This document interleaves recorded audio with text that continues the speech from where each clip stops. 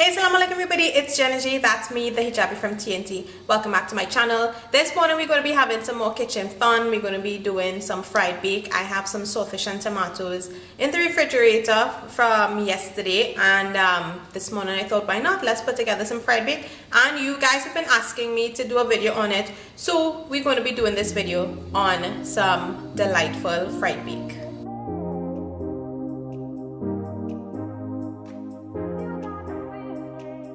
Before we go any further, be sure to hit that subscribe button. Don't want you guys missing out on any videos. Hit that subscribe button and the notification button as well, so you get notified every single time I post a video.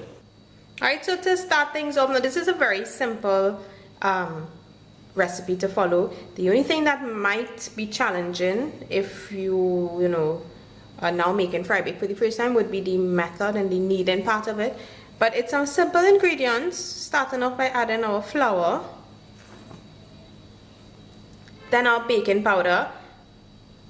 Usually to 1 cup of flour you add 1 teaspoon of baking powder, something for you to remember. Just a pinch of salt and some yeast. I'm just going to mix everything up with my hand, and then I'm adding some water.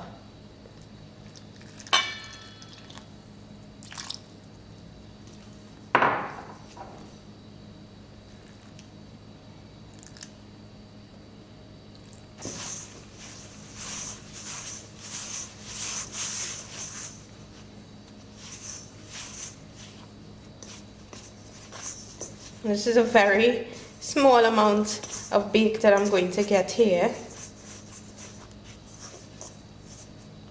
And I am somebody who cannot knead something properly in a bowl, so I'm going to transfer this to my countertop and knead it there. So you want to lightly flour your countertop.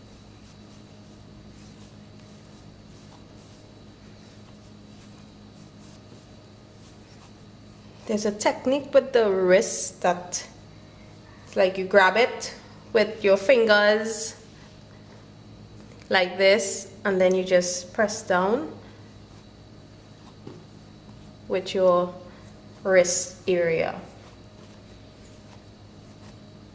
So you want to just knead it until it's nice and smooth, and you can feel the texture of the dough. It gets not soft, but it's easy for you to press your fingers on. It does not feel tough at all. Kneading with 2 hands for me has always been easier. Alright, so I'm going to put this back into my bowl and let it sit for just a few minutes, and then we're going to roll it out and then fry it. So I just put my oil to heat, and while that is heating, we are going to be rolling out our dough into our shapes to fry. Alright, so now we're going to roll it out. What I like to do is just make it into a nice circle like this, and then I'm going to be rolling it out.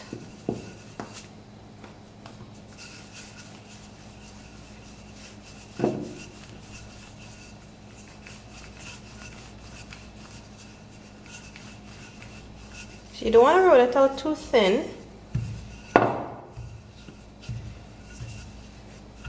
Right, and for this stage now, if you do have cookie cutters like these, you can shape them out, but because this was a small piece that we're working with here, I'm just actually going to using my knife and just going to be cutting it into quarters.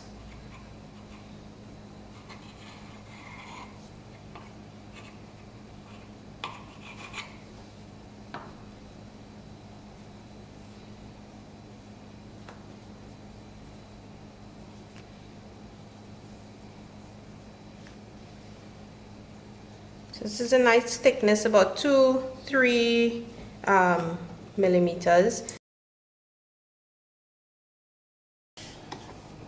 So how do we check to see if the oil is nice and hot? Drop some flour. Start bubbling like that. It's good to be used. So I'm going to add 1.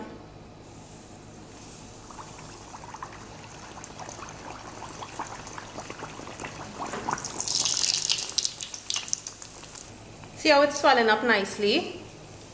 And as soon as it swells up, you can flip it over. Some people, if you like brown, golden or dark brown bake, you can leave it in. Just leave it on this side for a little longer, and then you can flip it over.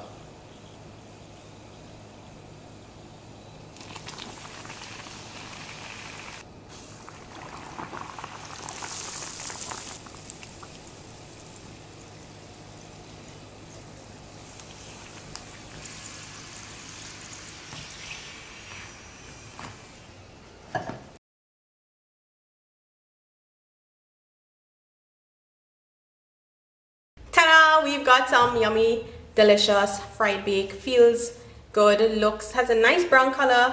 You can't feel it, but it feels very nice and soft. And I hope that I was as detailed as possible in my steps that I just showed you. Now this is something that might take some time to, you know, perfect. I could not have made fried bake for a very long time.